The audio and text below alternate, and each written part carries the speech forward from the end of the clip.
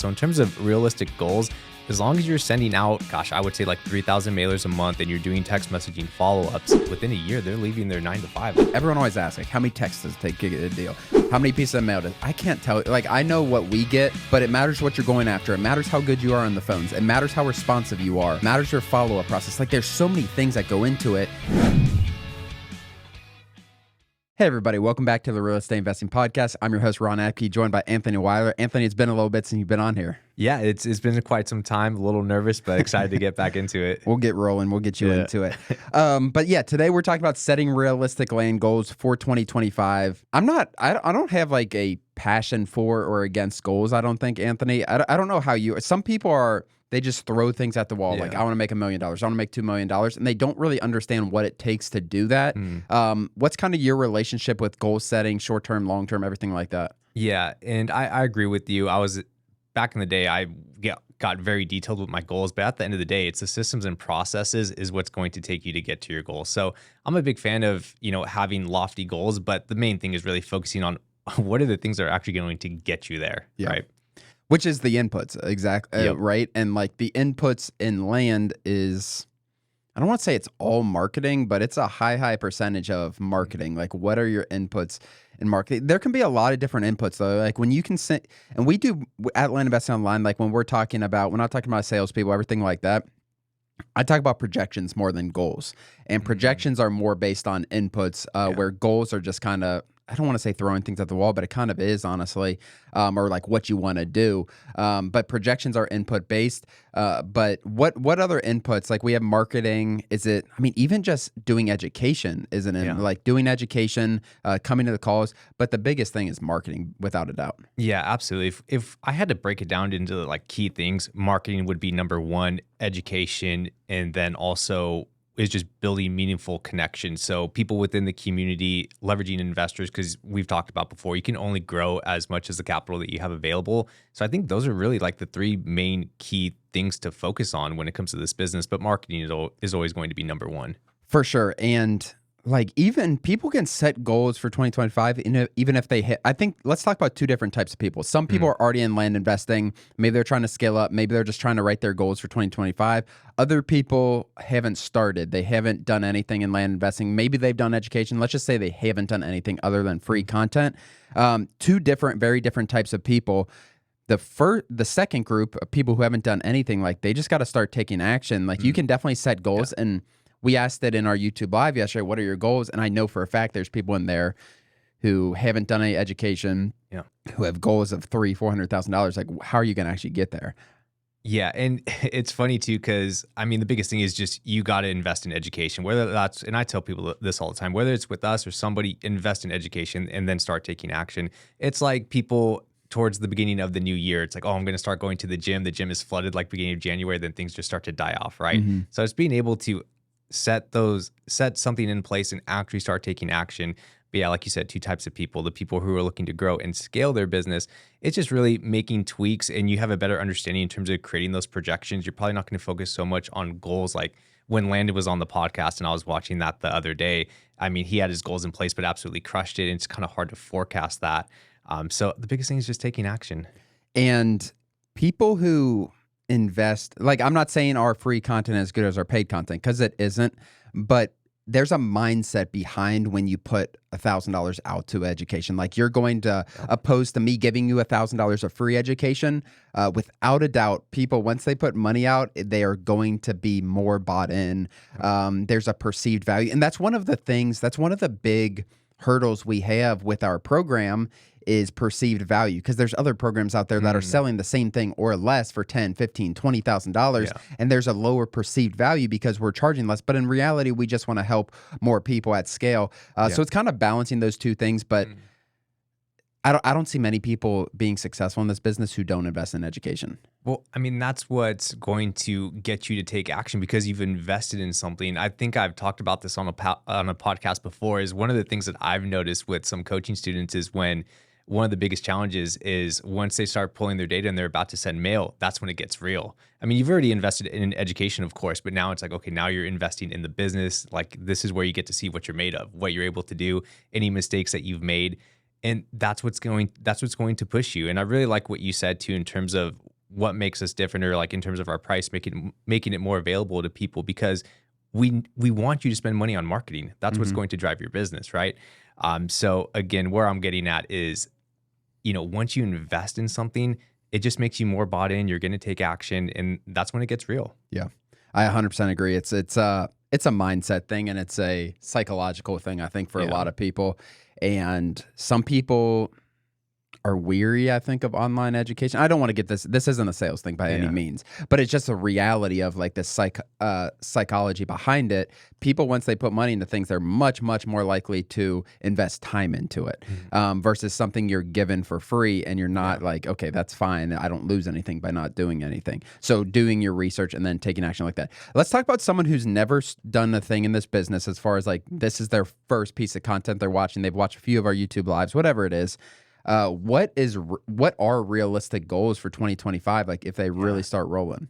Yeah. And gosh, I feel like that's such a loaded question, because there's some people that just absolutely take off, right? Like Landon, after his first 6 months just blew up, and Chad within 800 grand his first 12 months. Yeah. And then Chad within 2 months, like he got $50,000 of profits. Like, holy crap. Right. And there's some people, like when I first started, it took me like 3 mailers to really start to, get some deals under my belt. So in terms of what's realistic, I think your first 6 months, there's going to be a lot of learning lessons. You get your marketing out. You will get some deals, in my opinion, if you're doing all the right things, of course.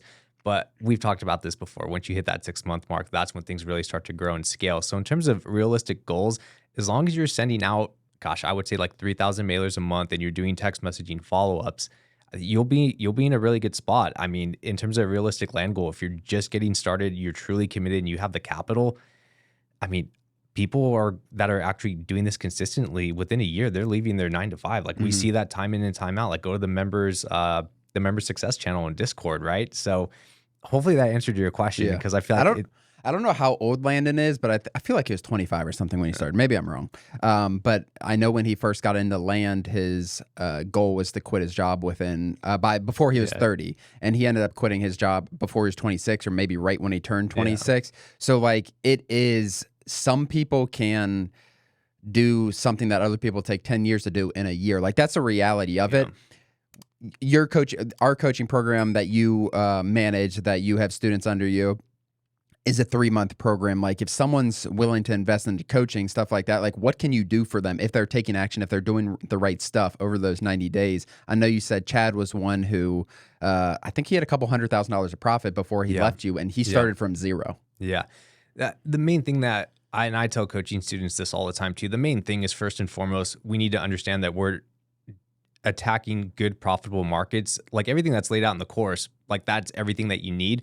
But I tell my coaching students, leverage the hell out of me. If you have questions, if you're stuck with something, that's the whole benefit of this.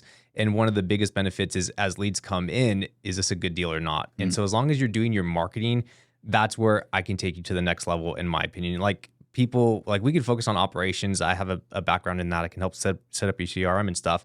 But really the meats and potatoes in the coaching program that's going to take you to the next level is like those nuanced situations when leads come in, right? Like what does the zoning look like? What does the topography look like? Does this increase or decrease the value? Anthony, how do I strategize like that? Like Chad was one where I won't say the location or anything like that, but there was an easement and the seller only wanted to sell like the top portion. I was like, Chad, that's a dead deal. You can't do that with that, because there's essentially no access, even though he's saying that one could be created.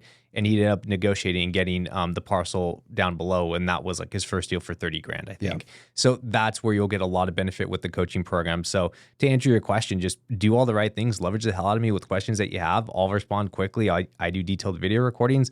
That's what's going to get you to the next level. Yeah. I mean, I don't think, like if someone comes to me and they're like, I want to make $500,000. They've never done anything in land. I want to make $500,000 in 2020. I'm not going to tell you you're crazy. I'm going to tell you it's going to take some work. There's a lot of upfront. I don't want to say barriers. There's just upfront learning. There's upfront things that are hurdles that are going to happen for sure. Unforeseen stuff sometimes.